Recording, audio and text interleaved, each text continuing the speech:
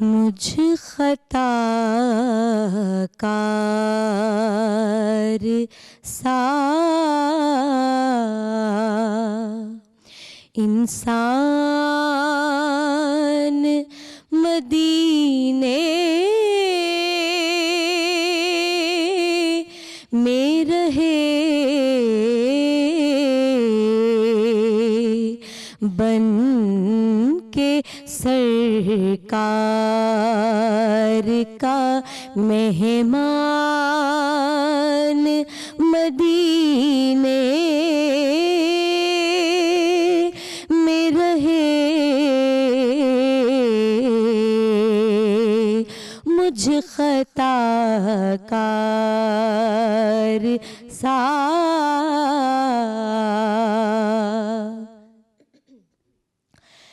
याद आती है मुझे अहले मदीना की ये बात,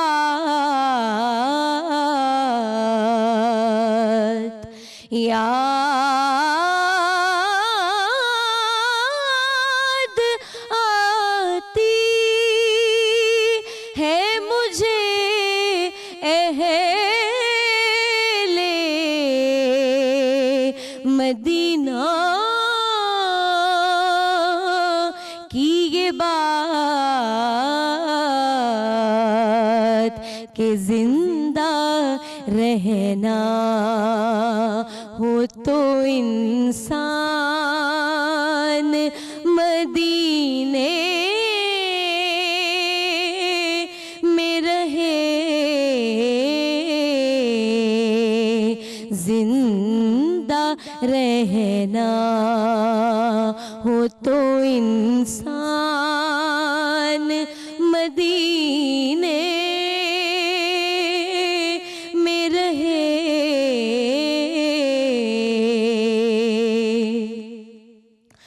और उनकी शफ़क़त ग़म कौन भुला देती है,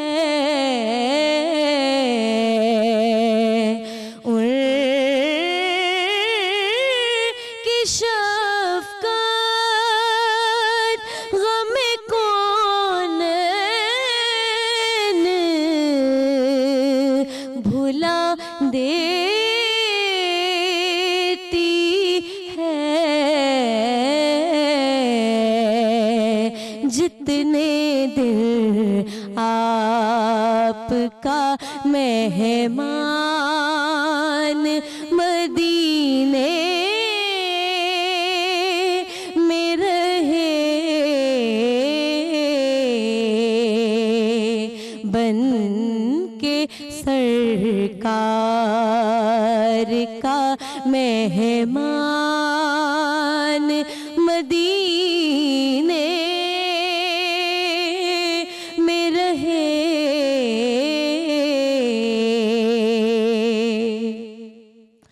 यूं अदा करते हैं उशाक महब्बत से नवाज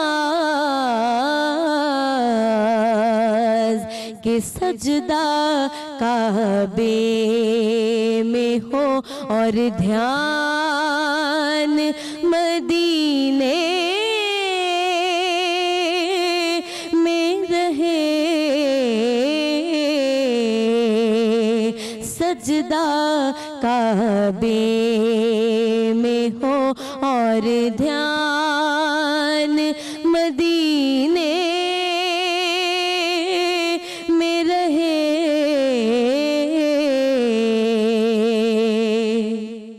छोड़ आया हूँ दिलों जान ये कह कर आज़म के आ रहा हूँ, मेरा सामान मदीने में रहे। सुभान अल्लाह, बन के सरकार के मेहमान मदीने में रहे। जनाब अस्सलामु अलैकुम, खैर रमज़ान में खुश आमदीद। मैं हूँ हिना आदिल। आपको पता है कि आज एक ख़ास दिन है। वो ख़ास दिन आज पाकिस्तान समेत दुनिया भर में मनाया जा रहा है। ख़वातीन का आलमी दिन है जी, क्योंकि वजूद ज़न से ही है तस्वीर कायनात में रंग। इस दिन को मनाने का मकसद ये है कि ख़वातीन की अज़मत को तस्लीम किया जाए, उनके हुकूक की हिफाजत की जाए और उनकी कामयाबियों को सराहा जाए। लेकिन ख़वातीन के आलमी दिन की कहानी इतनी मुख्तसर और सादा नहीं है, बल्कि इस दिन के मनाए जाने के पीछे एक लंबी तारीख और कई कुर्बानियाँ कार फरमा रही हैं जो सिन्फ़ नाजुक ने अपने हुकूक के हुसूल के लिए दी। ये सिलसिला अब भी जारी है और शायद आने वाली कई सदियों तक जारी रहेगा। औरत हर ज़माने और माशरे में अपने जायज़ हुकूक के लिए लड़ती ही रही है और बदतरीन इस्तेसाल का शिकार रहने के बावजूद सिन्फ़ नाजुक के नाम से जाना जाने वाला ये इंसान हमेशा जिद्दोजहद करता रहा है। पाकिस्तान की अगर बात करें तो औरत को अपने हक के लिए बड़ी जिद्दोजहद करनी पड़ती है। पार्लियामेंट और सेनेट में ख़वातीन के हुकूक के तहफ़्फ़ुज़ के लिए क़वानीन भी बन चुके हैं, मगर हम इस वक्त तक कायदे आज़म मोहम्मद अली जिन्ना के विजन के मुताबिक तरक्की नहीं कर रहे और नहीं कर सकते जब तक कायदे आज़म के फरमान के मुताबिक अमल ना कर ले। कायदे आज़म का फरमान है कि दुनिया का कोई मुल्क उस वक्त तक तरक्की नहीं कर सकता जब तक कौम के मर्दों के साथ साथ ख़वातीन भी मुल्क की तरक्की में शाना बशाना हिस्सा ना लें। आज का दिन तो हम मना लेंगे, मगर आज के दिन हमें ये अहद भी करना है कि ऐसा मुआशरा तश्कील दिया जा सके जहाँ हर औरत इज़्ज़त, आज़ादी और बराबरी के साथ ज़िंदगी गुजार सके। तो आइए मिलकर इक़दामात में तेज़ी लाएं और ख़वातीन की तरक्की में अपना किरदार अदा करें। इस पर हमने करनी है आज बात आज की खुसूसी ट्रांसमिशन में। और इसके साथ साथ अपनी अपनी फील्ड में अपना लोहा मनवाने वाली कामयाब ख़वातीन हमारे साथ मौजूद होंगी, उन्हीं से मज़ीद बात करेंगे। सबसे पहले उरूज नासिर साहिबा हमारे साथ मौजूद हैं। इनको कौन नहीं जानता, एक कामयाब अदाकारा से एक कामयाब मेज़बान और एक कामयाब बिजनेस वुमेन भी हैं। जहाँ भी काम किया अपनी अलग पहचान बनाई, इज़्ज़त शोहरत दोनों मिली। हमारी खुशकिस्मती है कि उरूज हमारे साथ आज मौजूद हैं। उरूज, आपका बहुत बहुत शुक्रिया। इसके साथ साथ मैं अपने दीगर मेहमानों का भी तारुफ करवाती हूँ। हमारी तीसरी मेहमान जामिया पंजाब में साइकोलॉजी डिपार्टमेंट की डायरेक्टर हैं और सदर है पाकिस्तान साइकोलॉजिकल एसोसिएशन की। उनको pride of the nation award से नवाजा गया है। मुल्क भर के टेलीविजन पर अक्सर उनकी गुफ्तगू से आप मुस्तफ़ीद होते रहते हैं। हमारी मुराद है जी प्रोफेसर डॉक्टर राफिया रफ़ीक साहिबा हमारे साथ मौजूद हैं। अस्सलाम वालेकुम, कैसी हैं आप? इसके साथ साथ जो हमारी तीसरी मेहमान हैं उनका हम जिक्र करते हैं। 2013 में पंजाब असम्बली में MPA रह चुकी हैं, हुकूमत का हिस्सा हैं और फिर अपोजिशन डेस्क में बैठी और फिर कौमी असम्बली में MNA के लिए नामजद हुई।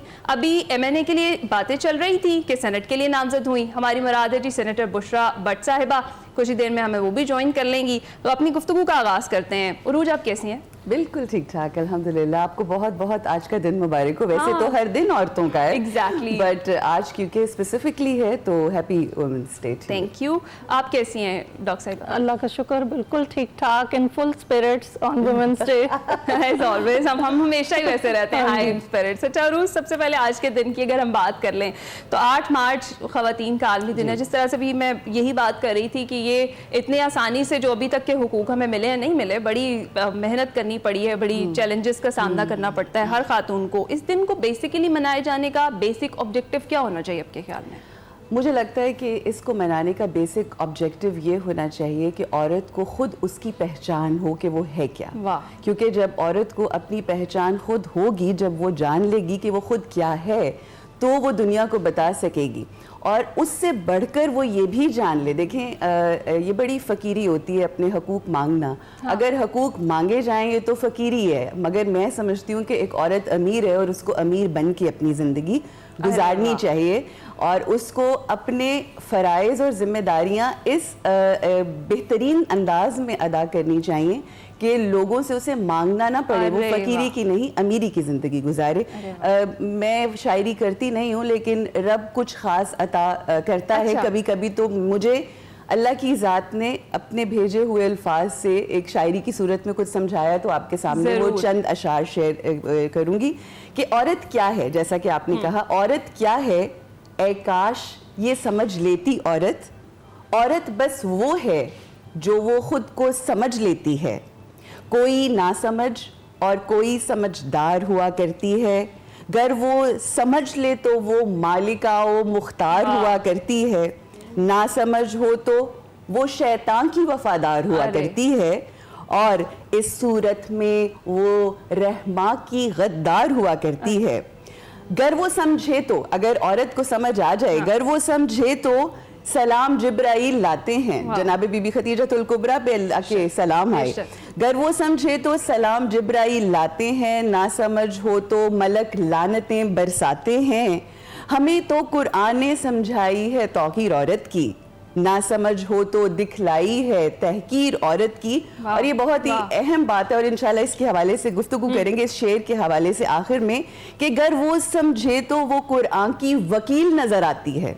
अगर वो समझे तो वो कुरान की वकील नजर आती है, गर ना समझे तो किरदारे उम्मे जमील नजर आती है। सो आज के दिन मैं समझती हूँ हिना कि हमें बहुत ज़रूरी है कि हम ये पहचानें कि बहैसियत औरत हम हैं क्या और हमारा मकाम क्या है, क्योंकि ये सारा जो मकाम है औरत के पास, ये आकाए दो जहान मोहम्मद मुस्तफ़ा सल्लल्लाहु अलैहि वसल्लम ने जो इज़्ज़त तकरीम दी है औरत को, अगर ये आज की औरत समझ ले तो फिर हक ना मांगे, बस अपने जो उस पे हक है वो अदा करना शुरू कर दे। वाह, बड़ी खूबसूरत बात आपने की। अच्छा प्रोफेसर साहिबा, आप क्या कहेंगी, क्या आपके ख्याल में क्या बेसिक ऑब्जेक्टिव होना चाहिए आज के दिन को मनाए जाने का? देखिए, एक बहुत इंपॉर्टेंट बात, बहुत तो अच्छी बात कर दी इन्होंने, लेकिन एक बहुत ज़रूरी बात है कि एक हम बात करते हैं एम्पावर्ड औरत की, कि एम्पावर करें अपने आप को सब कुछ, लेकिन क्या हमारा माशरा मर्द को एक एम्पावर्ड औरत के साथ रहने की तलकीन देता है? क्या मर्द को पता है एक एम्पावर्ड औरत के साथ कैसे रहा जाता है? देखिए, मेरा ख्याल में जैसे अब तो बहुत दुनिया चेंज हो गई है। जब हम स्टूडेंट्स थे तो इतनी भी लोगों में अवेयरनेस नहीं थी। अब मैं बच्चियों को देखती हूँ, हमारे कैंपसेस पे बच्चियाँ जो हैं वो अपने राइट्स के लिए भी बात करती हैं, वो मोटर बाइक भी चलाती हैं, उनमें इक्विटी भी है उनके अंदर। वो इक्वालिटी की बात हम करते हैं, असल में बात हमें इक्विटी की करनी चाहिए कि हमें जो हमारे ड्यू राइट्स हैं वो हमें आइडेंटिफाई हो चुके हैं। मुसलमानों को तो हम ये कहें कि जी हम ये असेंबली में ले आए बिल, ये ले आए, everything is written in Quran. तो हमारे पास तो एक जामिया किताब है और बाहैसियत मुसलमान हमारे राइट्स हैं, लेकिन राइट्स कहाँ से शुरू होते हैं? हमारे घरों से। हमारी औरतें जो है ना, हम बात एम्पावरमेंट की करती हैं, लेकिन हमारी जो औरतें हैं वो एम्पावर होने नहीं देती दूसरी औरतों को। मेरा ख्याल में ये बहुत ज़रूरी है। आप अपने बच्चे को बचपन से सिखाएं कि तुम्हें भी वही मिलेगा जो तुम्हारी बहन को खाने को मिलेगा। जब आप घर में ये करते हैं कि जी अच्छी बोटी तो बेटे को दे दें और अच्छा खाना तो उसके लिए रख लें, और बेटे को जी अलाउड है बहुत लेट तक आना, बच्ची को अलाउड नहीं है, तो मेरा ख्याल में डिस्क्रिमिनेशन जो ग्रास रूट से स्टार्ट होती है ना जी, वो घरों में, कि बच्चा जो है वो रात को 2 बजे भी आएगा, क्यों आएगा? बेटा भी उसी टाइम को फॉलो करे। आप जब घर में डिस्क्रिमिनेशन खत्म करेंगे तो औरत की एम्पावरमेंट वहीं से शुरू होगी। एक औरत को एम्पावर कर सकती है। आदमियों की एम्पावरमेंट तो बाद की बात है। मतलब जैसे कि एक बच्ची पैदा होती है, उसकी माँ उसको कितने कॉन्फिडेंस देती है, उसको कितना एम्पावर करती है, वो पहले दिन से एम्पावर करना शुरू करती है। वो अपने बेटे को सिखाती है कि एम्पावर्ड औरत के साथ कैसे रहना है। देखिए जी, ईजी नहीं है लाइफ। अब हम सब लोग बहुत उन 2% ख्वातीन में से हैं जिनको मेरा ख्याल में माशरा भी कहता है और हम खुद भी समझते हैं कि हम एम्पावर्ड हैं, लेकिन इस चीज़ तक पहुंचने में बहुत सी कुर्बानियाँ देनी पड़ती हैं। एज अ सोशल साइंटिस्ट मैंने देखा है कि जितनी औरत एम्पावर्ड होती है उतनी उसकी लाइफ डिफ़िकल्ट होनी शुरू हो जाती है, माशरे की तरफ से भी, घर वालों की तरफ से भी, क्योंकि लोगों के लिए उस चीज़ को डाइजेस्ट करना बड़ा मुश्किल होता है। एक एम्पावर्ड औरत जो है, कल किसी ने बड़ा अच्छा कहा, उसने कहा जी हम CSP ऑफिसर्स जो हैं वो बाहर हैं, जब हम घर जाते हैं तो हम बैग रखते साथ ही किचन में चले जाते हैं, और हमारे हस्बैंड चाहे वो CSP ऑफिसर हो वो बैठे रहेंगे, वो नहीं हिलेंगे। तो एक औरत जब वो एक एज अ लीडर आती है या वो काम करती है, तो मेरा ख्याल में वो घरेलू औरत से कहीं ज़्यादा जद्दोजहद कर रही होती है, वो कहीं ज़्यादा उससे वो अपने काम करती है, घर के भी और बाहर की भी। मेरा ख्याल में औरत को अपने घर को भी उतनी ही इम्पोर्टेंस देनी चाहिए। वर्क लाइफ इंटीग्रेशन बहुत ज़रूरी है। एम्पावरमेंट आ ही नहीं सकती किसी औरत में जब तक वो अपने घर को और अपने दफ्तर के दरमियान इंटीग्रेटेड लाइफ ना गुजारे, वेल बैलेंस्ड लाइफ ना गुजारे। और उससे ज़्यादा ज़रूरी है कि औरत चाहे एम्पावरमेंट की बात करें, लेकिन उसको अपनी नफ्सियात का बहुत ख्याल रखना चाहिए। इस पर हम देखिए जी, हमारी अगर जहनी सेहत अगर ख्वातीन की अच्छी नहीं होगी तो एम्पावरमेंट तो फिर पीछे चली गई ना। आप पहले तो आपकी जहनी सेहत, आप में कंटेंटमेंट, आपकी क्वालिटी ऑफ लाइफ, आप की जो है रिश्ते किस तरह आप निभाते हैं। औरतों पे मेरा ख्याल में मर्दों की निस्बत हमारे माशरे में बहुत ज़्यादा उनसे तवक्कुआत भी हैं और उनके ऊपर ज़्यादा बोझ भी है। और मेरा ख्याल में औरत जो है आज के दिन, सब औरतों को बहुत खुश होना चाहिए। और मैं आज इसलिए खुश हूँ कि मुझे कम औरतों ने विश किया हैप्पी वुमेंस डे, और मुझे ज़्यादातर जो है मेरे घर में मेरे बेटे ने और इर्द गिर्द हमारे कोलीग्स ने विश किया। तो मेरे ख्याल में चेंज इज़ कमिंग। और लेट्स टॉक अबाउट पॉजिटिविटी कि जी अब आदमी भी चाहते हैं कि औरतें एम्पावर हों। अब आदमी भी चाहते हैं कि औरतें जो हैं शाना बशाना काम करें और औरतों को घरों में भी तहफ़्फ़ुज़ हो और बाहर दफ्तरों में भी तहफ़्फ़ुज़ हो। बिल्कुल, उसके लिए ओवरऑल हमें अपनी पूरी सोसाइटी को ही अपना रोल जो है वो प्ले करना पड़ेगा। जी, गुफ्तगू बड़ी ज़बरदस्त किस्म की हमारी हो रही है, लेकिन हमें यहाँ पर एक छोटी सी ब्रेक लेनी पड़ेगी। हम ब्रेक पर जाते हैं, कुछ ही देर में वापस आते हैं और गुफ्तगू का सिलसिला यहीं से आगे बढ़ाएंगे।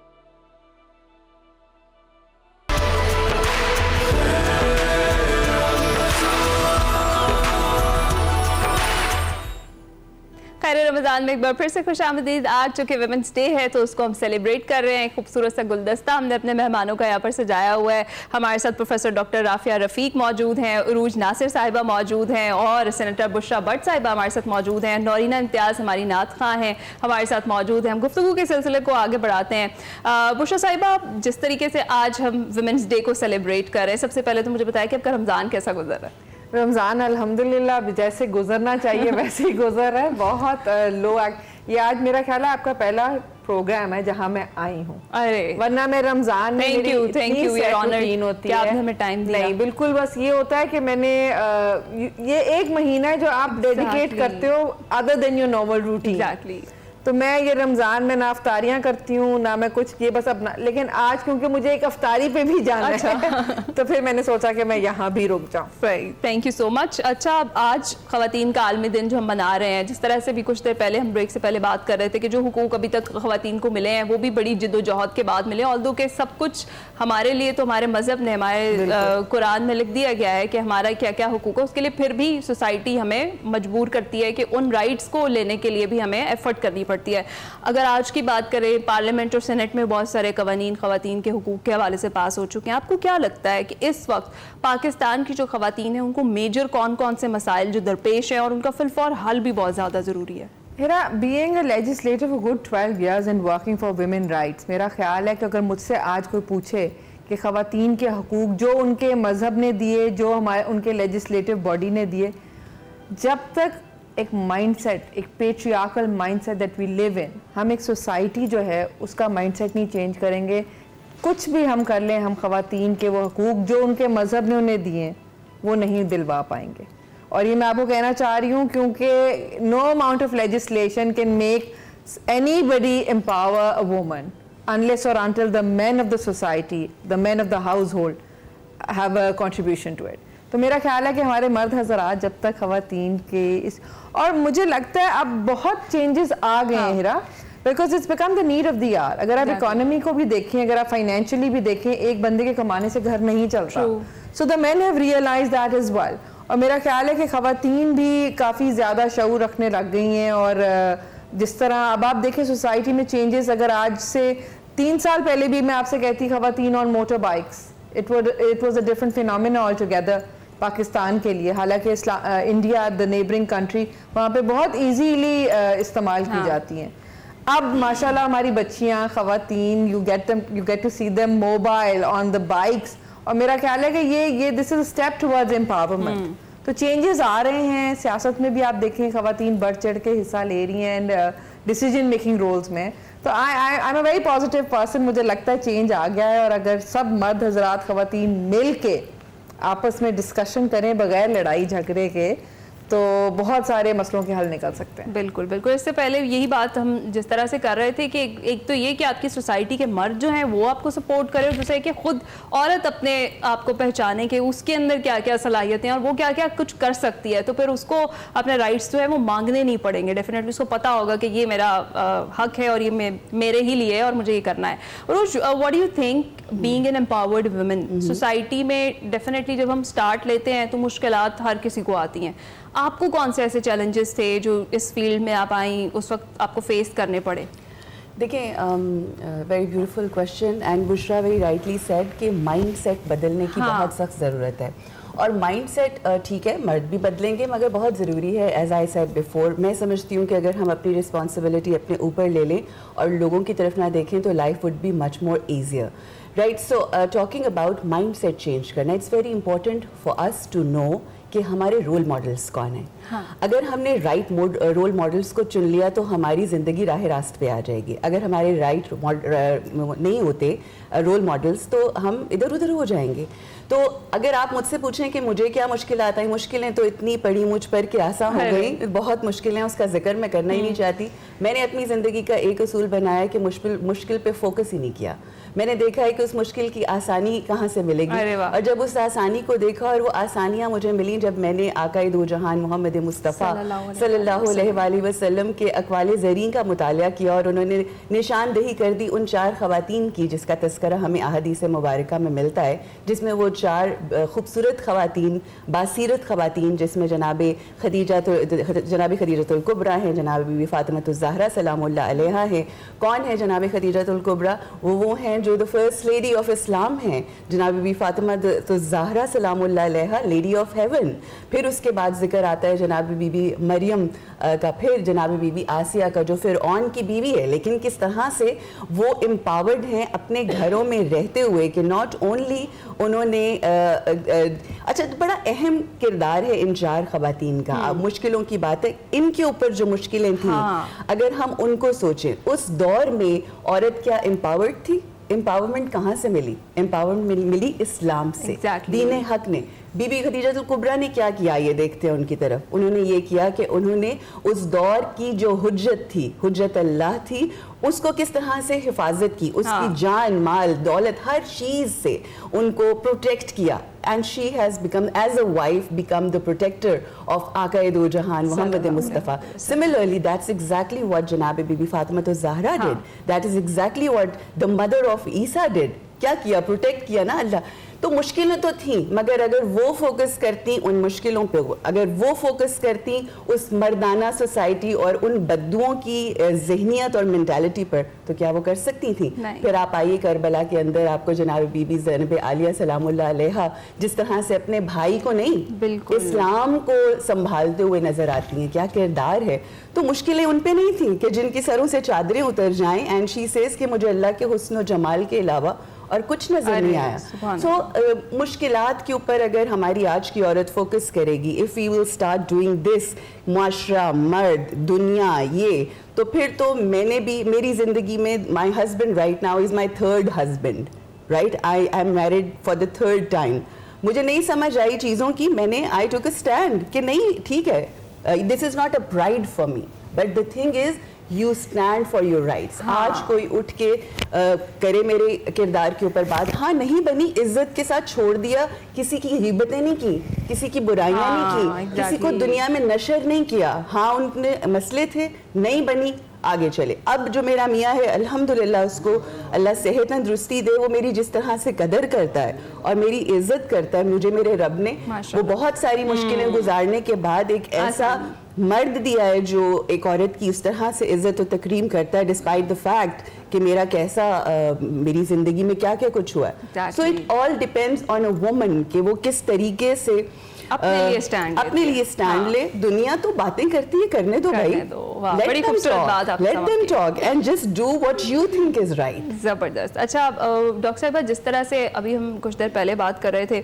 मेंटल हेल्थ एक ऐसा इशू है, ख़ास तौर पे वैसे तो सोसाइटी में सबकी मेंटल हेल्थ का ख्याल रखना चाहिए, लेकिन एक खातून एक वो घर का फ़र्द होता है जिसकी मेंटल हेल्थ का के लिए लीस्ट बॉदर्ड होते हैं सब लोग, किसी को कोई ज़्यादा फिक्र नहीं होती, ख़ास तौर पर अगर हम बात करें फिक्र छोड़ें लोग, अगर if you are suffering from a mental health issue तो घर वाले कहेंगे नखरा है, ड्रामे कर रही है, इसने बच्चों को नहीं संभालना, इसका तो पता नहीं क्या इरादे हैं, ये काम ही नहीं करना चाहती। मतलब there are so many connotations related to mental health. देखें आज हम वुमेन एम्पावरमेंट की बात कर रहे हैं ना, तो एक औरत जब तक मेंटली हेल्दी नहीं होगी, उसकी वेलबींग नहीं होगी, साइकोलॉजिकल फिजिकल वेलबींग नहीं होगी, वो एम्पावर्ड नहीं हो सकती।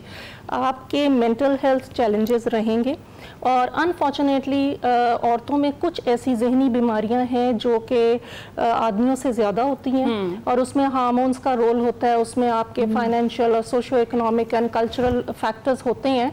तो मेरा ख्याल में हमें इसको डीस्टिग्मेटाइज करने की ज़रूरत है कि मेंटल हेल्थ की जब हम बात करेंगे तो ऑटोमेटिकली स्टिग्मा ख़त्म होना शुरू हो जाएगा। आज अरूज ने इतना बड़ा एक सेल्फ रेवोल्यूशन की और उन्होंने बताया अपने बारे में। मेरा ख्याल में जो स्टिग्मा एसोसिएटेड है हमारी डोमेस्टिक वायलेंस के साथ या जो भी हमारी प्रॉब्लम्स हैं फीमेल्स की, उनके साथ जो स्टिग्मा एसोसिएटेड है, जब हम उन पर बात खुल के करेंगे तो मेरा ख्याल में बहुत सी प्रॉब्लम्स वहीं रिजॉल्व होनी शुरू हो जाएंगी। आप देखें कि अब औरतों को डिप्रेशन है, डिप्रेशन की शरह फीमेल्स में बहुत ज़्यादा है।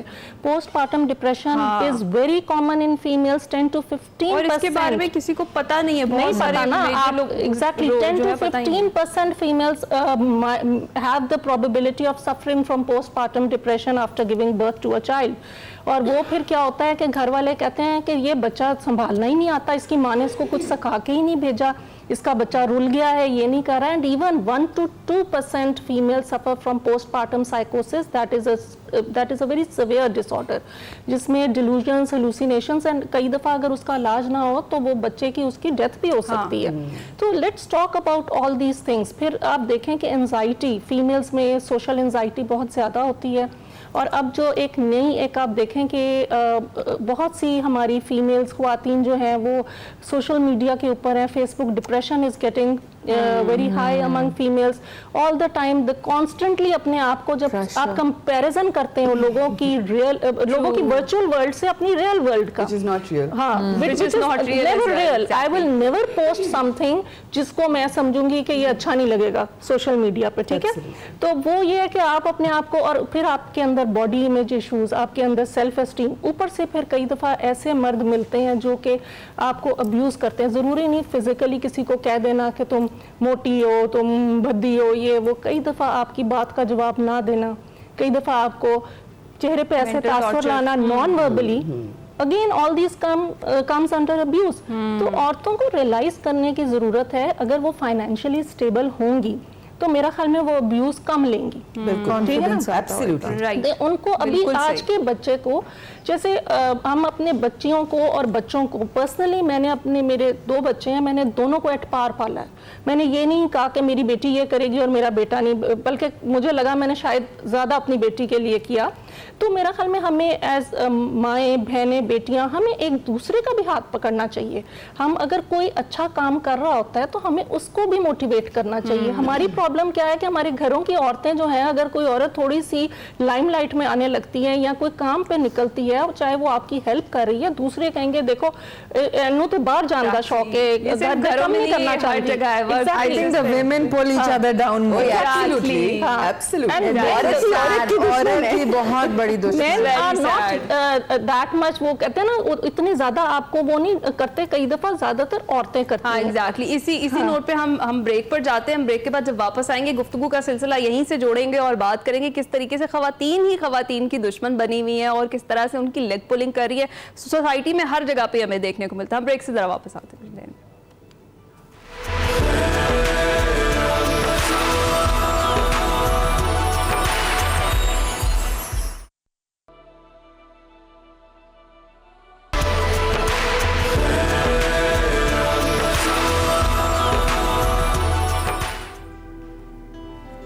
रमज़ान में एक बार फिर से खुशामदीद। बड़ी खूबसूरत गुफ्तगू हम कर रहे हैं आज, क्योंकि विमेंस डे है, तो ख़ास तौर पर हमारी तमाम मेहमान जो हैं वो ख़वातीन हैं। उनसे हम डिस्कस कर रहे हैं कि ख़वातीन को सोसाइटी में मुश्किलात क्या दरपेश आती हैं और ख़वातीन को कितनी ज़्यादा ज़रूरत है कि वो अपने आप को खुद समझें और अपने लिए खुद स्टैंड लें। बुशरा साहिबा, आप क्या कहेंगी? जो ब्रेक से पहले की हमारी डिस्कशन थी, जहाँ हमने ब्रेक ली, वो ये चल रही थी कि ख़वातीन ही ख़वातीन को आगे बढ़ने नहीं दे रही हमारी सोसाइटी में, और ये घर से शुरू होता है। एक घर में अगर एक से ज़्यादा ख़वातीन मौजूद हैं तो वो एक दूसरे को देखती हैं, और अगर एक तरक्की कर रही है तो वो उसके लिए लेकिन ये एक बहुत बड़ी चीज़ है जिसके लिए डेफिनेटली हमें अपने आप को चेंज तो करना पड़ेगा। ये एक वो इशू है जिसके लिए हम आपस में क्या लड़ना शुरू कर दें, या क्या इसका सोल्यूशन आपको क्या लगता है? बिल्कुल, मेरा ख्याल है कि जब तक आप अपने आप को एक दूसरे का सपोर्ट सिस्टम नहीं बनी है, ख़वातीन एक दूसरे का, फॉर इंस्टेंस रिश्तों में भी अगर आप देखा जाए, मैं हमेशा से मेंटल हेल्थ की बात उन्होंने डॉक्टर साहब ने बहुत अच्छी की। This is the spot on issue that we are facing, be it about social media pressure. और मैं हर प्लेटफॉर्म पे एक बात कहती हूँ कि अगर आपको हम जो ख़वातीन कहीं पे किसी पोजीशन पे नज़र आती हैं, या अगर आप मेरे सोशल मीडिया पेज को फॉलो करें, that is 5% of our life.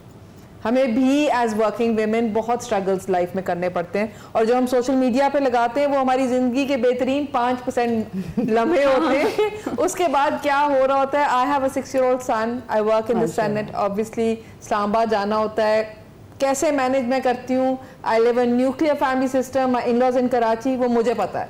So I need the support of my husband.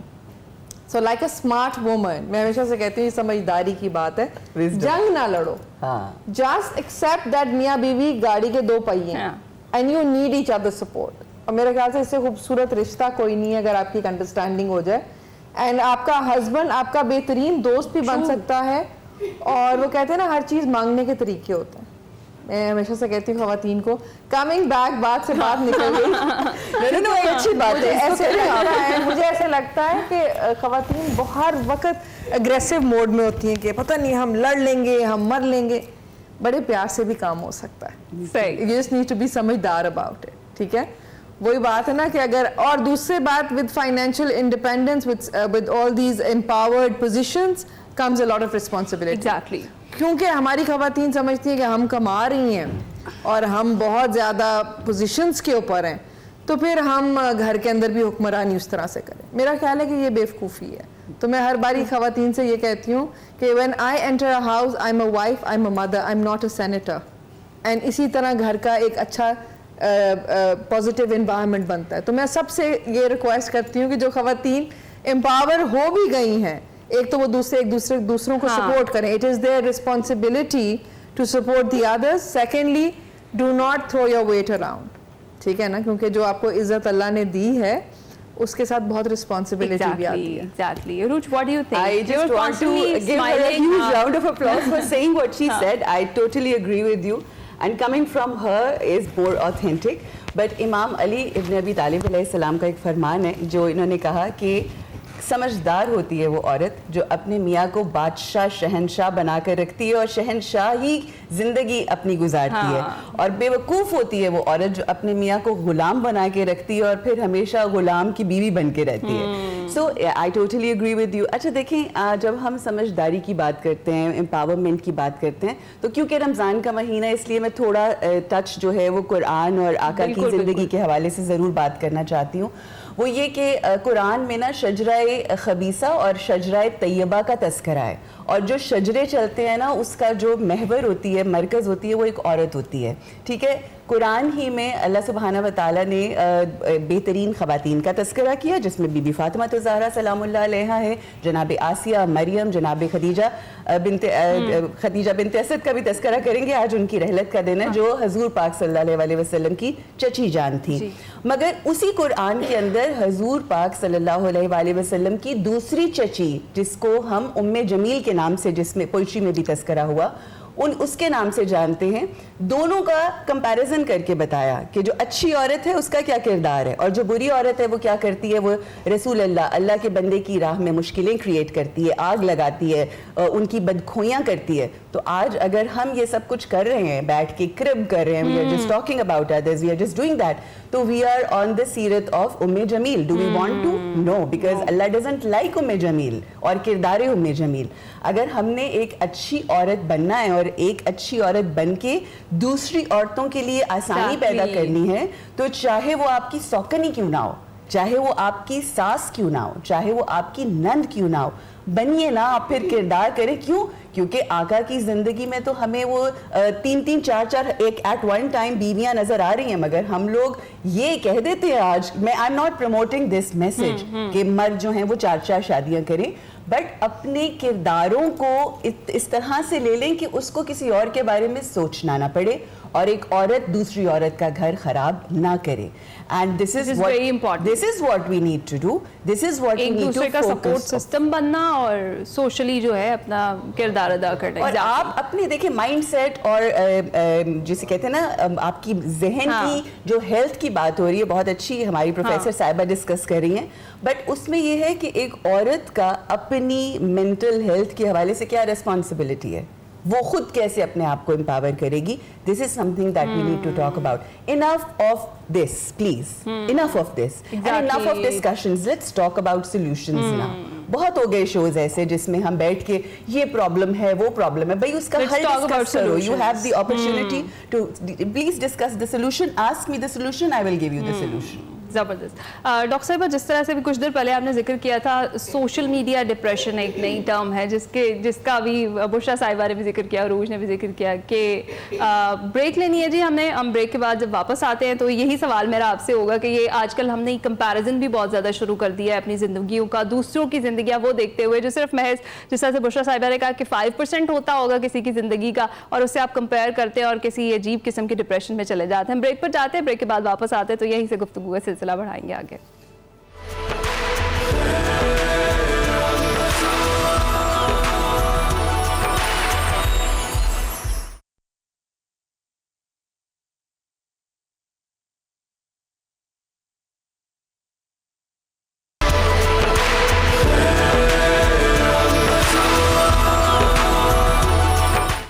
Ramzan में एक बार फिर से खुश आमदीद। अभी आपको लिए चलते हैं अपने किचन में, देखते हैं शेफ मारवी आज कौन सा मजेदार पकवान हमारे लिए बना रही हैं। ओवर टू यू मारवी।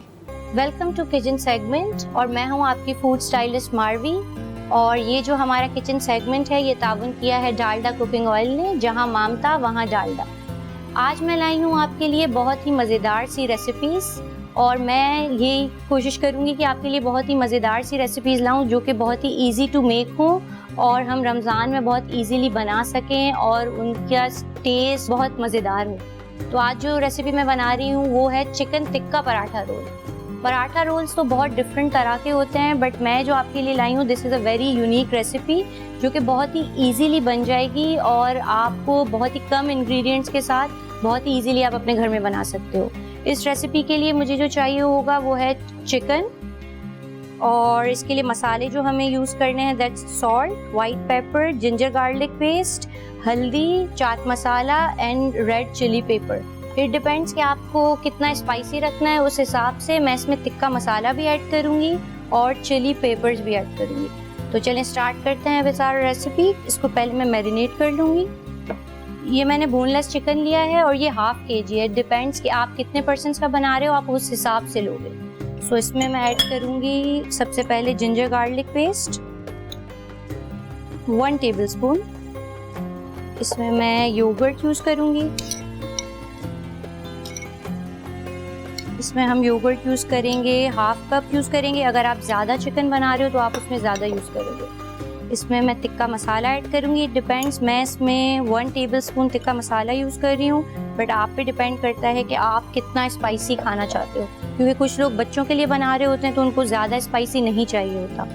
अब मैं इसमें डालूँगी half teaspoon salt. Depends आप अपने हिसाब से कितना डालना चाहते हो। White pepper, red chilli powder. अगर डिपेंड्स कि अगर आप चाहते हो कि इसको फ्लेक्स यूज़ करो, क्रश चिलीज़ यूज़ करो, डिपेंड्स कि आप क्या फ्लेवर देना चाहते हो।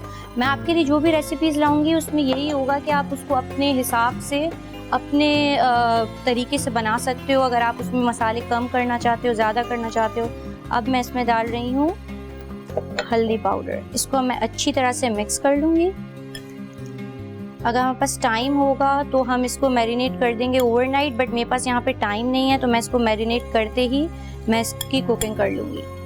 और जब भी हम किचन में कुकिंग करते हैं तो मेरा सबसे पहले ये होता है कि हमारे हाथ बहुत साफ़ होने चाहिए। तो हम अपने हाथ साफ़ करने के लिए मैं अभी लाइफ बॉय से हाथ वॉश करूँगी। रमज़ान का ज़रूरी अमल, लाइफ बॉय हैंड वॉश। आप रखें अपने आप को और अपनी फैमिली को बिल्कुल साफ़ सुथरा, 100 बीमारियों से महफूज। रमज़ान में सबसे ज़्यादा ज़रूरी है ख़ुद की हाइजीन का ख्याल रखना। तो चलें अब हम आते हैं अपनी रेसिपी की तरफ। अब हम चिकन को मैरिनेट कर चुके हैं। अब हम अपने ओवन स्टोव को ऑन करेंगे। ग्लैम गैस का ओवन है हमारा। चलें अब हम स्टार्ट करते हैं अपनी कुकिंग। अब इसके लिए मुझे चाहिए होगा डालडा कुकिंग ऑयल, मेरा ऑल टाइम फेवरेट। 2 टेबलस्पून, जहाँ मामता वहाँ डालडा। डालडा दे रहा है बहुत ही अच्छी बचत और सेहत साथ साथ। इसको हम ऐड कर लेंगे। आपको जितनी ज़रूरत हो एज़ रिक्वायर्ड। मैं बहुत कम ऑयल यूज़ करती हूँ क्योंकि डालडा हमें बहुत कम यूज़ करके भी बहुत ही अच्छा टेस्ट देता है एंड हेल्थ वाइज भी बहुत अच्छा है। इसमें मैं ऐड कर दूँगी चिकन जो कि मैंने मैरिनेट करके रखी हुई थी। टिक्का फ्लेवर में आप अपने हिसाब से कोई भी फ्लेवर इसका कर सकते हैं। इसको हम कुक होने के लिए रख देंगे। अब हम इसके साथ एक बहुत ही मज़ेदार सी मैं चटनी बनाऊंगी जो कि टर्मरिक और ये चाट मसाला, लेमन एंड दही, धनिया एंड हरी मिर्चों के साथ बनेगी। इट डिपेंड्स कि आप क्या फ्लेवर अपने रोल्स को देना चाहते हो। आप इसमें अगर चाहो बच्चों के लिए बना रहे हो तो ओनली केचप लगा के भी आप इसको फिलिंग करके और दे सकते हो। अगर आप थोड़ा सा स्पाइसी पसंद करते हो तो आप इसमें ये चटनी ऐड करो। ये it will give a very nice flavour. तो हम चटनी बना लेते हैं। चटनी के लिए मुझे चाहिए होगा इमली का पल्प। अकॉर्डिंगली ले लें आप, आपको जितना चाहिए उस हिसाब से। इसमें मुझे चाहिए होगा दही,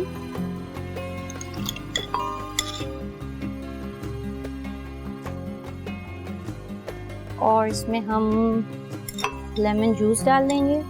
वैसे तो हमने इसमें इमली यूज़ की है, बट अगर आप चाहते हो इसको ज़्यादा, कुछ लोग इसमें टाटरी यूज़ करते हैं, but I don't use that क्योंकि it's not good for our health कि इतनी ज़्यादा हम यूज़ करें। और इसमें हम कोरिएंडर ऐड कर देंगे। इसमें हम चिलीज़ ऐड कर देंगे। अब आप कितना स्पाइसी खाना चाहते हो, इट डिपेंड्स आपको। इसमें हम दही ऐड करेंगे इसकी कंसिस्टेंसी को वो करने के लिए, जितना आप चाहते हो कि ये थिक हो या पतला बनाना चाहते हो तो पतला बना लो। इसके साथ हम चाट मसाला ऐड कर देंगे इसमें।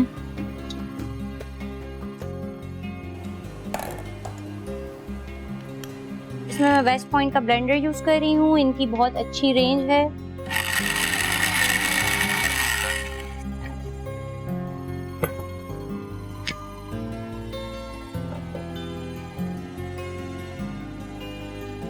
ये हमारी बहुत ही मज़ेदार सी चटनी रेडी हो गई है।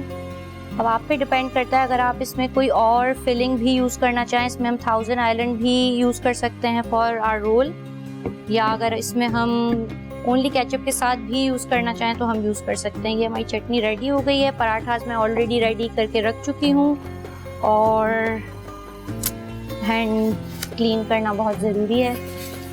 And now can check my chicken. जो मैरिनेटेड चिकन थी, इसको आप जितने ज़्यादा मैरिनेट करोगे उतनी ज़्यादा मज़े की बनेगी है। अगर आपको लगे किसी भी पॉइंट पे कि इसमें ऑयल कम है तो आप जो हो इसमें ऑयल ऐड कर सकते हो।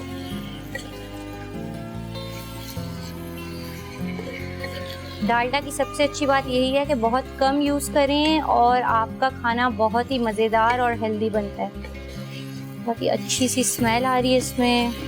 और अगर आपको इसमें लग रहा है, क्योंकि मुझे लग रहा है कि मुझे इसमें थोड़ा सा और टिक्का मसाला ऐड करना चाहिए, तो मैं इसमें पूरा टिक्का मसाला ऐड कर दूँगी। टिक्का मसाला आप किसी भी ब्रांड का ले लो। अगर आप चाहो तो इसकी फिलिंग जो है आप पीटा ब्रेड में भी कर सकते हो, और अगर आप इसको फहीटा स्टाइल में बनाना चाहते हो आप इसमें कैप्सिकम ऐड कर दो, अनियंस ऐड कर दो।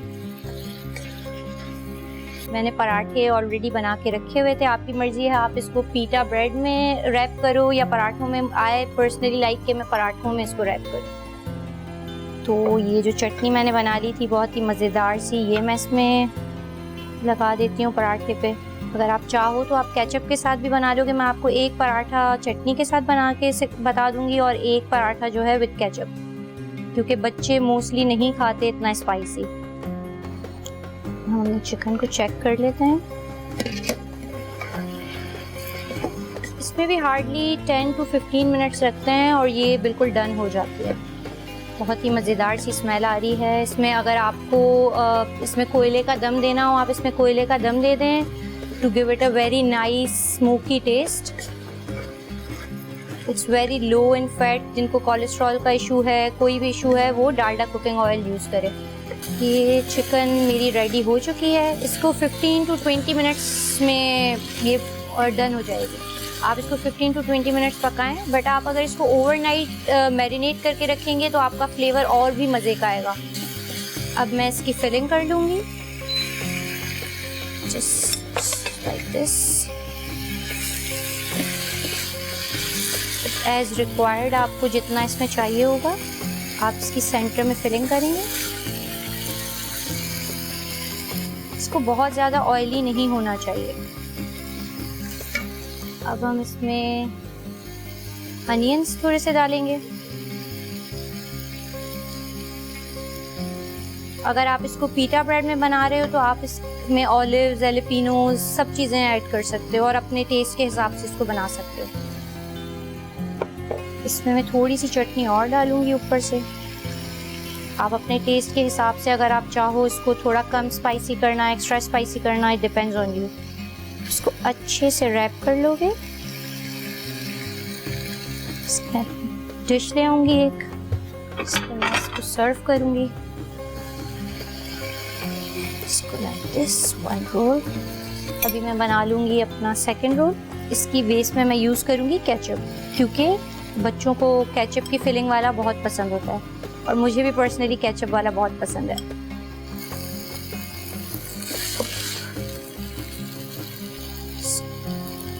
इसमें मैं अनियंस डालूंगी बीच में।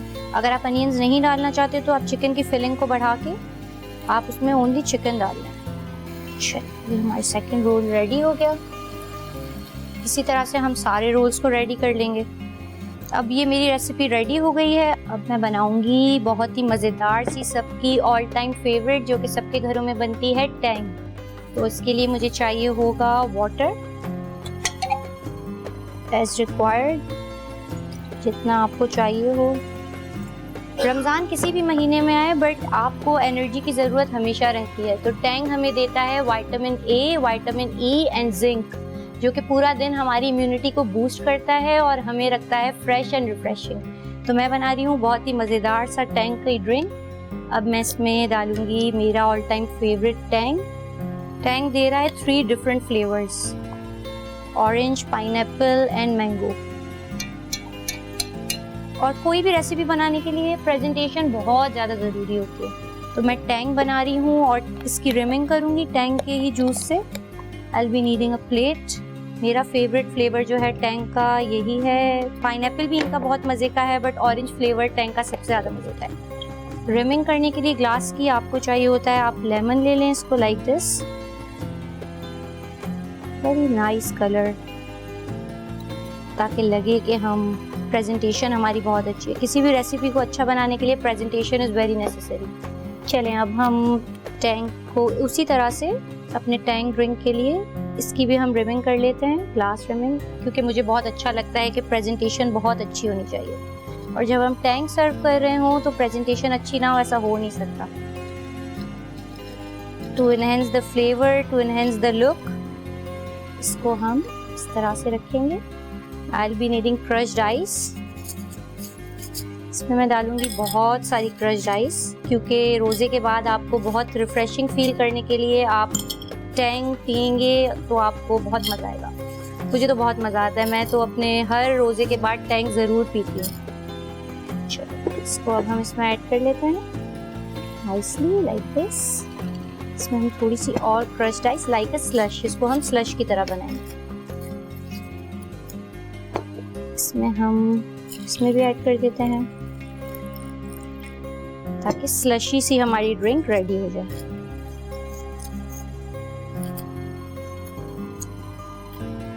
टैंग बढ़ाता है आपकी इम्यूनिटी को, तो आप हर रोजे के बाद अफ्तार और सहर में यूज करें टैंग। ये हमारी टैंग की बहुत ही मज़ेदार सी मोहितो ड्रिंक रेडी है और ये हम इसको रख देते हैं यहाँ पे। अब हमारी दोनों रेसिपीज रेडी हैं। डू ट्राई और गिव मी योर फीडबैक कि आपको कैसा लगा। टेक केयर, अल्लाह हाफिज़।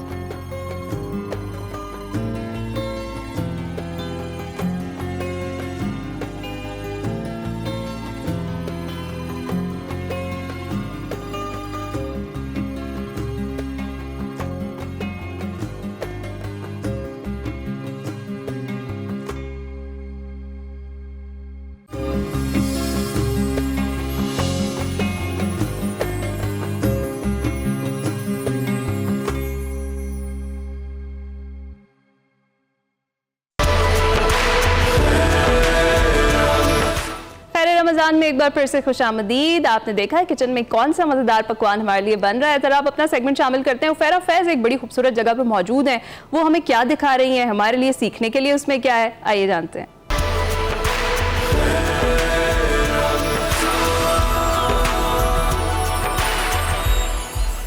नाज़रीन, कुरान पाक पूरी दुनिया में ना सिर्फ सबसे ज़्यादा पढ़े जाने वाली किताब है, बल्कि ये तमाम इंसानियत की ज़हनी और रूहानी रहनुमाई का अहम ज़रिया भी है।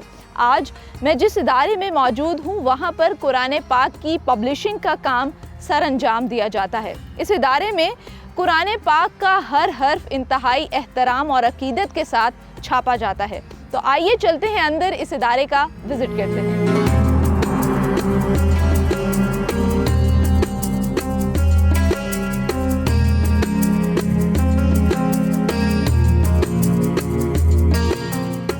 इस वक्त हमारे साथ अब्दुल अव्वल साहब मौजूद हैं जो दारुस सलाम के मैनेजर हैं।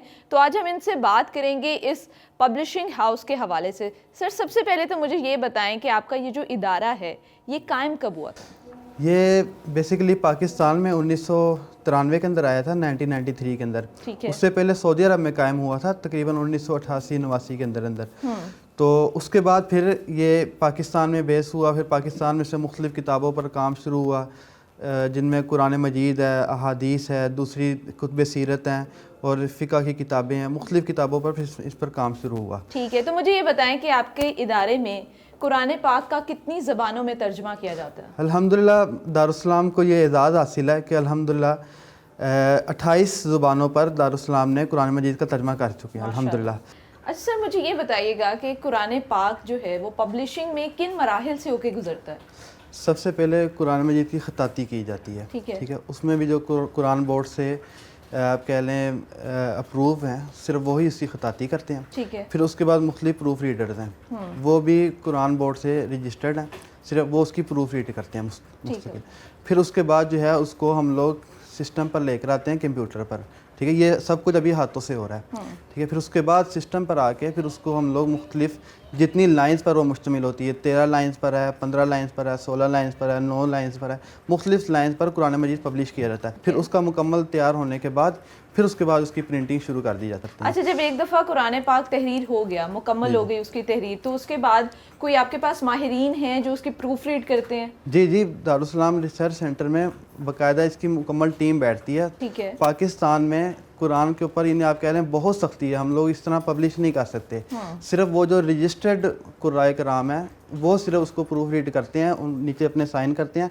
हर कुरान मजीद के पीछे बाकायदा उनके दस्तखत लिए जाते हैं। अच्छा। ताकि अगर खुदा न खास्ता उसके अंदर कोई मसला आए तो वो प्रूफ रीडर जो है वो जिम्मेदार होते हैं। प्रूफ रीडिंग के बाद जो कुरान पाक है वो डिजाइनिंग की तरफ आ जाता है। डिजाइनिंग की तरफ। तो अभी आप हमें डिजाइनर के पास लेके जाएंगे और दिखाएंगे कि किस तरीके से डिजाइनिंग होती है? जी बिल्कुल।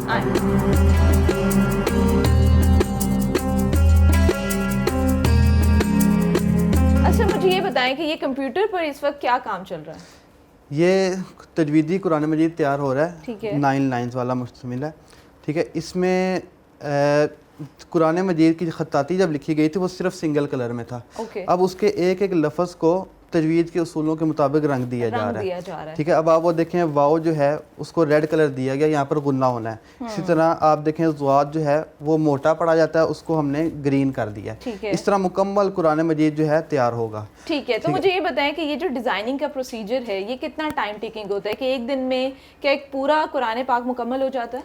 प्रोफेशनल तरीके से अगर किया जाए तो तकरीबन 1 साल लग जाता है। 1 साल एक कुरान पाक को मजीद डिज़ाइन करने में डिज़ाइन लगता होने में लग है। जाता अब डिज़ाइन होने के बाद कुरान पाक कहाँ जाता है? है। डिज़ाइन होने के बाद एक दफ़ा दोबारा प्रूफ रीड होगा। ओके, ठीक है, उन्हीं प्रूफ रीडर्स के पास जाएगा, वो उसको मुकम्मल प्रूफ रीड करेंगे, फिर कुरान बोर्ड से रजिस्टर्ड होगा। ठीक हर एक कुरान मजीद जब रजिस्टर्ड हो जाएगा फिर उसके बाद यहाँ पर दोबारा आएगा और इसकी लेआउट तैयार होगी और उसके बाद CTP का महल्ला आ जाएगा जहाँ पर प्लेट्स लगती हैं। तो अभी हम प्लेट एरिया में अभी जा रहे हैं। प्लेट एरिया में जा रहे चलें। हैं।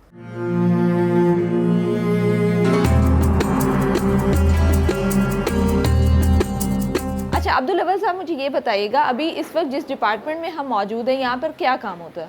ये CTP डिपार्टमेंट है। डिज़ाइनिंग के बाद जब मुकम्मल किताब तैयार हो जाती है फिर उसके बाद जो है इधर प्लेट्स लगती हैं, जैसे CTP computer to plates. Production manager साहब हमारे प्रिंटिंग डिपार्टमेंट के, इनसे आपको मिलाते हैं, आपको मुकम्मल प्रोसेस बताते हैं। चलें। अच्छा सर, मुझे ये बताएं कि अगर तो एक कुरान पाक एक रंग में है तो उसके लिए क्या तरीक़ाकार होगा, और अगर उसके अंदर मुख्तलिफ रंग इस्तेमाल किए गए हैं, जैसे हमने डिज़ाइनिंग के मरहले में देखा कि वाव को मुख्तलिफ रंग दिए गए, इसके साथ जो है ज़ुआद को मुख्तलिफ रंग दिए गए, तो फिर उसके लिए क्या ज़्यादा प्लेट्स इस्तेमाल होंगी? अब मेरे पास जो फाइल आई है उसमें जो सिंगल कलर है उसकी 1 प्लेट लगेगी, ठीक है। 2 कलर है उसकी 2 प्लेटें लगेंगी, जो जिस तरह का कलर है, मिसाल के तौर पर रेड कलर है उसकी प्लेट है अलग है, ब्लैक कलर की प्लेट अलग है। इसी तरह तजवीदी कुरान पाक 4 कलर है उसकी 4 प्लेटें लगेंगी। ठीक है, यानी एक कॉपी की है, चाहे कॉपी 16 सफ़े की है, चाहे कॉपी 8 सफ़े की है, उसकी 4 प्लेटें लगेंगी। अब हम आपको लेकर चलेंगे प्रिंटिंग सेक्शन में और दिखाएंगे कि किस तरह प्लेटों से जो कुरान पाक है वो सफ़हात पर मुंतकिल किया जाता है।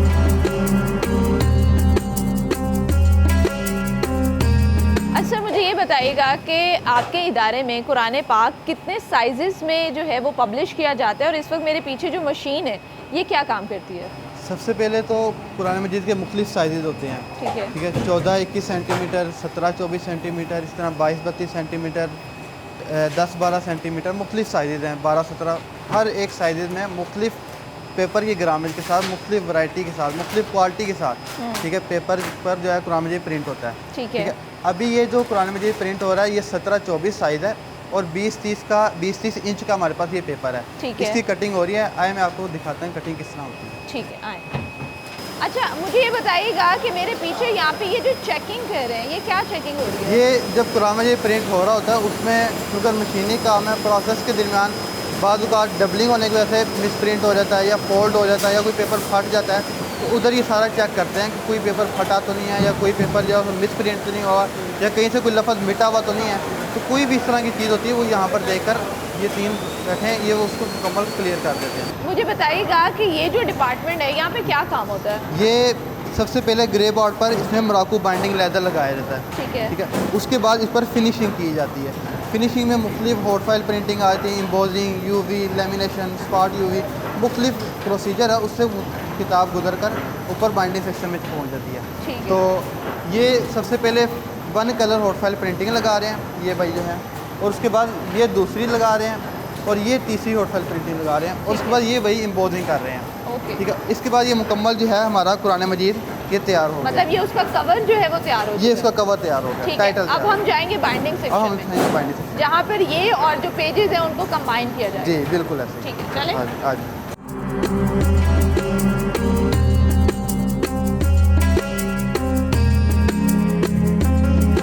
अच्छा सर, प्रिंटिंग के प्रोसीजर से हम ऊपर आ गए हैं, मुझे बताएं यहाँ पर क्या क्या काम होता है? यहाँ सबसे पहले पेपर को फोल्ड किया जाता है। ठीक है। ठीक है, उसमें भी हम लोग लिहाज रखा रहता है, परफेक्ट उसमें लगे इन्हें छोटे छोटे सुराख हो जाते हैं ताकि जब मुकम्मल जिल्दबंदी हो उस पर प्रेशर पड़े हाइड्रोलिक तो उसमें से मुकम्मल एयर निकल जाए ताकि उस पर किसी किस्म का फोल्डिंग का निशान ना रहे। ठीक है। फोल्डिंग के बाद अगला मरहला? फोल्डिंग के बाद उसकी कुलेटिंग की जाती है। जिस तरह नीचे हमने देखा है कि हर सफ़ा अलग अलग प्रिंट हो रहा है। बिल्कुल ठीक ऐसे है, हर ही है। प्रेस शीट जो है उसकी हम लोग इस तरह कुलेटिंग करते हैं। ठीक है, उसको हम लोग मिसल कह लें।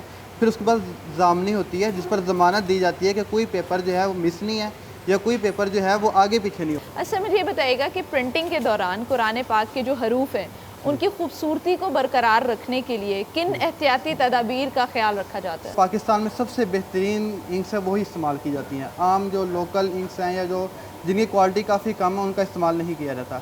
इसी तरह हम लोग प्लेट्स जो हैं उसको ज़्यादा से ज़्यादा 2 दफ़ा इस्तेमाल करते हैं, इससे ज़्यादा हम इस्तेमाल नहीं करते ताकि कुरान मजीद की जो प्रिंटिंग क्वालिटी है वो मुतासिर ना हो। Thank you so much sir for your time, और यकीन जाने मुझे बहुत अच्छा लगा आज आपके इस पब्लिशिंग हाउस को विज़िट करके, बहुत अच्छा लगा, बहुत शुक्रिया। जज़ाकल्लाह। तो नाजरीन, आज हमने जाना कि किस तरह इंतहाई एहतराम और अकीदत के साथ अल्लाह ताला के इस कलाम की अशात की जाती है। इसी के साथ मुझे इजाज़त दीजिए।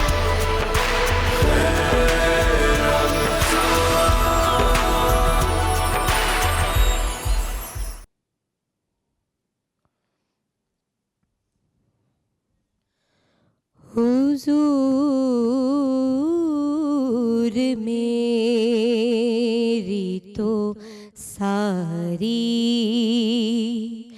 बहार आप से है, मैं बेकरार था मेरा करार आप से है, हुजूर मेरी तो सारी बहार आप से है,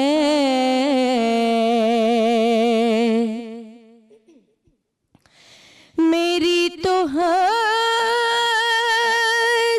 ही क्या है, मेरे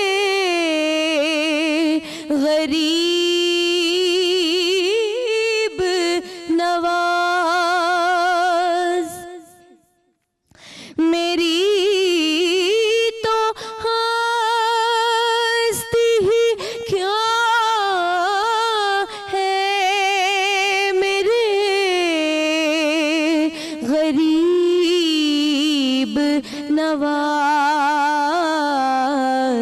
जो मिल रहा है मुझे सारा प्यार आप से है, मैं बेकरार था मेरा करार आप से है, हुजूर मेरी तो सारी बहार आप से है। वाह, सुभान अल्लाह, सुभान अल्लाह। नौरीना, जितनी आप खुद खूबसूरत हैं उतनी खूबसूरत आपकी आवाज़ है और उतना ही खूबसूरत आपने कलाम पढ़ा है। माशाल्लाह से इसी तरीके से पढ़ती रही है, और जिस तरह से आपने आज खैर रमज़ान को 4 चांद लगाए हैं, हम आपके मशकूर हैं। गुफ्तगू का सिलसिला आगे बढ़ाते हैं जी। विमेंस डे है, स्पेशल डिस्कशन हमारी चल रही है, दैट टू इन रमज़ान। तो ख़वातीन का तो रोल बहुत ज़्यादा इंपॉर्टेंट है हमारी सोसाइटी में। हमने आज बात की है कि चैलेंजेस पर बात ना करें, फ़लाँ ये कर रहा है, फ़लाँ ये कर रहा है, इस पर बात ना करें, सोल्यूशंस पर बात करें। और वाकई कहीं ना कहीं हम देख रहे हैं कि हमारी सोसाइटी चेंज हो गई है। जिस तरीके से बुशरा आपने बात की कि वाकई आप बड़ी पॉजिटिव हैं और आपको लगता है कि सोसाइटी किसी हद तक चेंज हो गई है, डेफिनेटली बहुत सारी चीज़ें चेंज हो गई हैं। आपको क्या लग रहा है कि मज़ीद एक ख़ातून को अपने लिए स्टैंड लेके अपना माशरे में रोल प्ले करने की कितनी ज़्यादा ज़रूरत है, और आज के टॉपिक को आप कैसे वाइंड अप करेंगी? मैं आज के टॉपिक को ऐसे वाइंड अप करूंगी कि there is no right ingredient for the women empowerment we are looking at, because हम एक मेंटल एम्पावरमेंट की बात कर रहे हैं, हम एक सोसाइटल एम्पावरमेंट की बात कर रहे हैं, हम अपॉर्चुनिटीज़ को क्रिएट करना चाह रहे हैं। तो हम सबको आज सोसाइटी मिल के अपना रोल प्ले करना है। एंड ख़वातीन के लिए जिस तरह की डॉक्टर साहिबा ने बात की कि बहुत सारी मुश्किलात हैं, be it about their mental health as well, तो let's be each other support system, because जब हम एक दूसरे को सपोर्ट करेंगे तो फिर I think sky is the limit. ज़बरदस्त। उरूज, थोड़ी सी आप मैं समझ सकती हूँ कुछ एफिलिएशंस होती हैं कलाम के साथ, तो एग्जैक्टली बट मैं यहाँ पर इसी कलाम से रिलेटेड एक बात और एक मैसेज देना चाहूँगी। हुजूर मेरी तो सारी बहार आपसे है। जब हम अपनी ज़िंदगी की बहार, अपनी ज़िंदगी की खुशियों को आका की पसंद नापसंद से, उनकी फरमाबरदारी से जोड़ लेते हैं, तो फिर आपकी एक्सपेक्टेशंस दुनिया वालों, मर्दों, सोसाइटी के माइंडसेट से नहीं होती। जब आप उनको राज़ी करने के लिए अपनी ज़िंदगी गुजारते हैं, फिर आप फ़कीरी की नहीं अमीरी की ज़िंदगी गुजारते हैं। और एक इम्पॉर्टेंट आखिरी बात, जो जैसे कि 4 ख़वातीन का तज़किरा हुआ है, आका ने अपनी ज़बान मुबारक से किया। जनाब बीबी खदीजतुल कुबरा सलामुल्लाह अलैहा की तरह इस तरह से अपना दिल बड़ा करें कि आप अपने हस्बैंड के शाना बशाना चल सकें, अपना तन मन धन अपने इस्लाम की राह में दे सकें, अपनी सोसाइटी के बेहतरीन मुस्तकबिल में दे सकें, अपने बच्चों में दे सकें। बीबी फातिमातुज़ ज़हरा सलामुल्लाह अलैहा से ये सीखिए कि किस तरह से उन्होंने अपने बच्चों की परवरिश, जान, अपने दिल का टुकड़ा, अपने दिल की ठंडक, ये गुफ्तगू करे आज की औरत अपने बच्चों के साथ, ताकि जब वो बुढ़ापे को पहुँचे तो उसके बच्चे भी जान करके अपनी माँ को याद करें। फिर जनाब बीबी मरियम से ये सीखे कि किस तरह से अल्लाह की हुज्जत को प्रोटेक्ट किया जाता है, और फिर हम भी आज अल्लाह के इस मैसेज को प्रोटेक्ट करें। और आखिर में आज जो औरत पिस रही है, ऐसे एक चक्की में पिस रही है, जिस तरह से जनाब बीबी आसिया एक फ़िरऔन की बीवी थी और जो गो थ्रू उन्होंने किया, मगर उसके बावजूद हक का कलमा बुलंद किया, हक का साथ दिया, लोगों के ऊपर उंगलियां नहीं उठाई, अपनी ज़ात के बारे में सोचा कि उसको क्या करना है, और अल्लाह की अताअत करते हुए, अपने वली की अताअत करते हुए जब आप अपनी ज़िंदगी गुजारते हैं, फिर आपको ये कहना नहीं पड़ता कि उसने ये नहीं किया, उसने वो नहीं किया। बुशरा एक बहुत ही दुनिया के लिहाज से एक एम्पावर्ड खातून है। अगर वो ये समझ सकती हैं ये गुफ्तगू और ये बात कि मैं अपना घर जाते हुए एक बीवी हूँ और एक माँ हूँ, और मेरे पास ये विजडम है कि घर पे रह के मुझे घर का काम करना है और सेनेटर में बाहर हूँ, अगर ये आज की हर औरत समझ जाए तो आपका माशरा जन्नत बन जाए। फिर आपको जन्नत में जाने के इंतजार से ज्यादा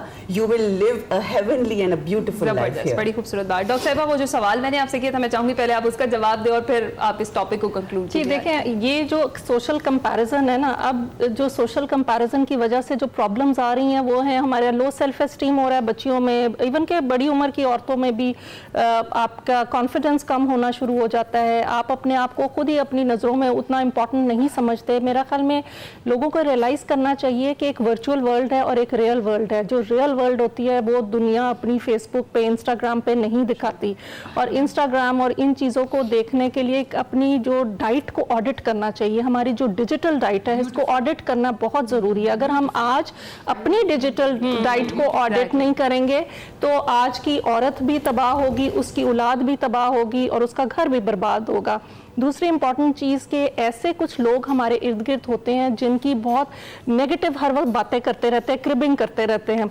अभी हम बात करें ना, ये नहीं करना, आप ऐसे लोगों से जितनी कोशिश कर सकें दूर रहें। आपको जो अल्लाह ताला ने दिया है ग्रैटिट्यूड, उसके ऊपर आप काम करें ना। अल्लाह ताला ने आपको इतनी चीज़ों से नवाजा है, आप औरत को इतना खूबसूरत बनाया, औरत को उसके कदमों तले जन्नत अल्लाह ने रखी, तो आप क्यों नहीं उसकी, जो कहते हैं ना फबिअल्लाहि रब्बिकुमा तकज़्ज़बान, तो अपने रब की कौन कौन सी नेमतों को झुठलाओगे। फिर फॉरगिवनेस की आदत औरत को डालनी चाहिए, छोटी छोटी बातों को चिपक नहीं जाना चाहिए, हर बात के ऊपर जो है वो हर चीज़ का नेगेटिव पहलू नहीं देखना चाहिए। औरत को ये सोचना चाहिए, अपने माइंड को ये मैसेज देना चाहिए, yes I can do it, ये मेरे लिए मुमकिन है, कोई ऐसी चीज़ नहीं जो मैं नहीं कर सकती। जब आप पॉजिटिवली कंटेंटमेंट के साथ अपनी ज़िंदगी गुजारेंगे, फिर आप दूसरी औरतों के भी बाजू को पकड़ेंगे, फिर उनको धक्के नहीं देंगे।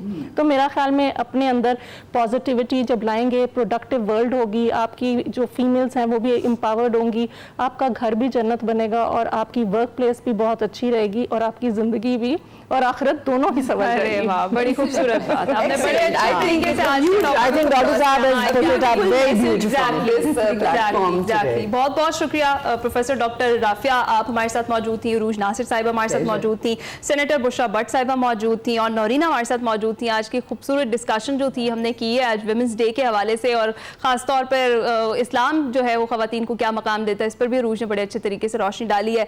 हम अभी ब्रेक पर जाएंगे जी, कुछ ही देर में लाहौर में इफ्तार होने वाला है। अफ्तार से पहले की जो दुआ होती है बड़ी ख़ास हुआ करती है। उस दुआ में अपने लिए भी दुआएं ढेर सारी आपने मांगनी है, हमें भी दुआओं में याद रखना है। उम्मत मुसलमा के लिए दुआ करनी है, ख़ास तौर पर पाकिस्तान के लिए दुआ कीजिएगा। ब्रेक के बाद जब हम वापस आएंगे, बहुत ही स्पेशल गेस्ट हमारी इन्हीं की तरह से हमारे साथ मौजूद होंगी। आलम बीबी फाउंडेशन की फाउंडर है डॉक्टर फराह दीबा अकरम। उनका जो इतना खूबसूरत काम वो कर रही हैं उस पर हम रोशनी डालेंगे, उस पर उनसे बात करेंगे। कुछ ही देर में हाजिर होते हैं।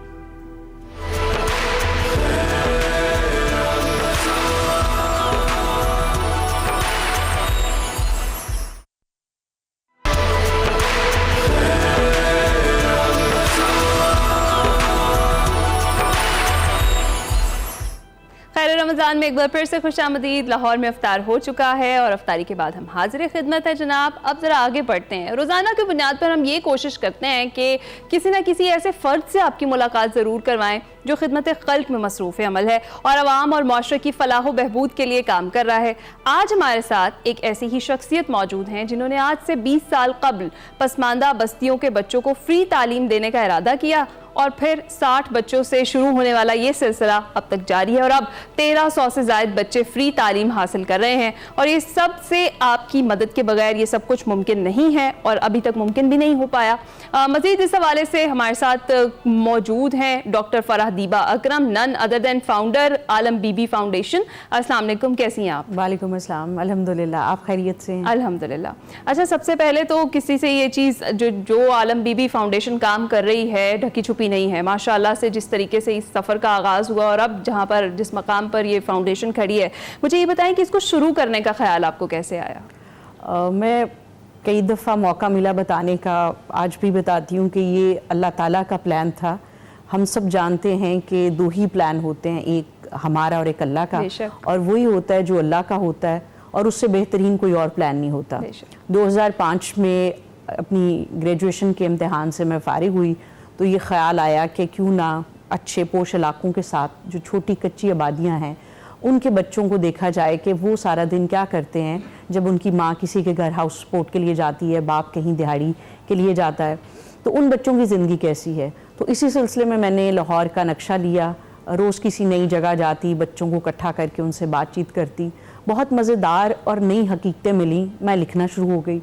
एक दिन जब मैं कच्चा जेल रोड कोट लखपत के इलाके में थी तो एक बड़े घने दरख्त के नीचे बहुत सारे बच्चों को मैंने खेलता देखा, उन्हें वहीं इकट्ठा करके उनकी बातें सुनना शुरू कर दी। अब ये होता था कि मैं अपने साथ कुछ कैंडीज़ बिस्किट्स लेके जाती थी, क्योंकि आप अगर किसी बच्चे के पास जाते हैं तो आपके पास उसको देने के लिए भी कुछ होना चाहिए।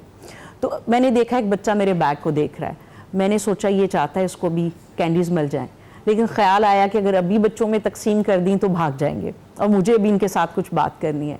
लेकिन उस बच्चे का जवाब वो एक टर्निंग मोमेंट था, या आप उससे कह लें कि इंस्पिरेशन थी, कि जब अल्लाह ताला ने काम की इब्तिदा की, उसने कहा मुझे बिस्किट्स नहीं चाहिए, मैंने लिखना है, ये पेपर और पेंसिल दे।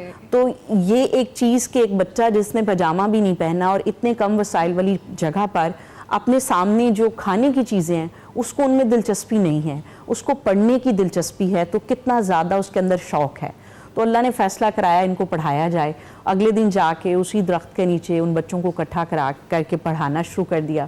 तो यूँ ये सिलसिला शुरू हुआ और अब 2025 में हम लोग एक नारोवा रोड मुरीदके में ब्रांच है, एक यहाँ कच्चा जेल रोड चुंगी मरसदू में है। दोनों में कोई ज़्यादा हमारे पास 1000 के करीब बच्चे हैं। और चूँकि हमारा विज़न है कि जिन बच्चों को एनरोल करें उन्हें सेल्फ सफिशेंट होने तक सपोर्ट करें, तो जो बच्चे हायर एजुकेशन में हैं वो कोई 300+ हमारे पास स्टूडेंट्स हैं। तो इस तरह आलम बीबी तालीम व तरबियत स्कूल 1300+ बच्चों को सपोर्ट कर रहा है और इसमें सारे वो बच्चे हैं जिनके लिए तालीम हासिल करना मुमकिन ही नहीं है। तो यहाँ से उनको स्टेशनरी, किताबें, यूनिफॉर्म, दोपहर का खाना और सेहत की सहूलत दी जाती है।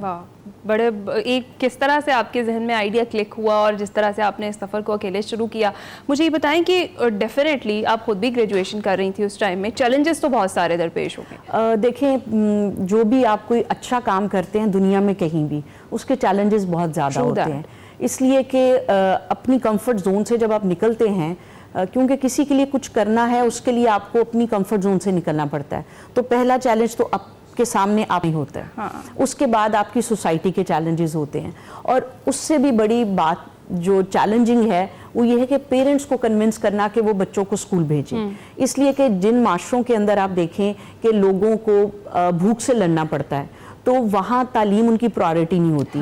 वो समझते हैं कि ये बच्चा अगर काम सीखेगा, काम पे जाएगा, तो हमारे घर कुछ पैसे आ जाएंगे जिससे हम अच्छा अपना रोज़ ज़िंदगी गुजार सकते हैं, खाना मिलेगा, उनकी शेल्टर हो सकेगी। और उसके साथ लड़ना सबसे मुश्किल है कि आपको पेरेंट्स को कन्विंस करना है कि अगर आप चाहते हैं कि आपकी ये जनरेशन किसी की मदद पर ज़िंदगी गुजारने वाली आखिरी जनरेशन हो, तो आप अपने बच्चों को स्कूल भेजें।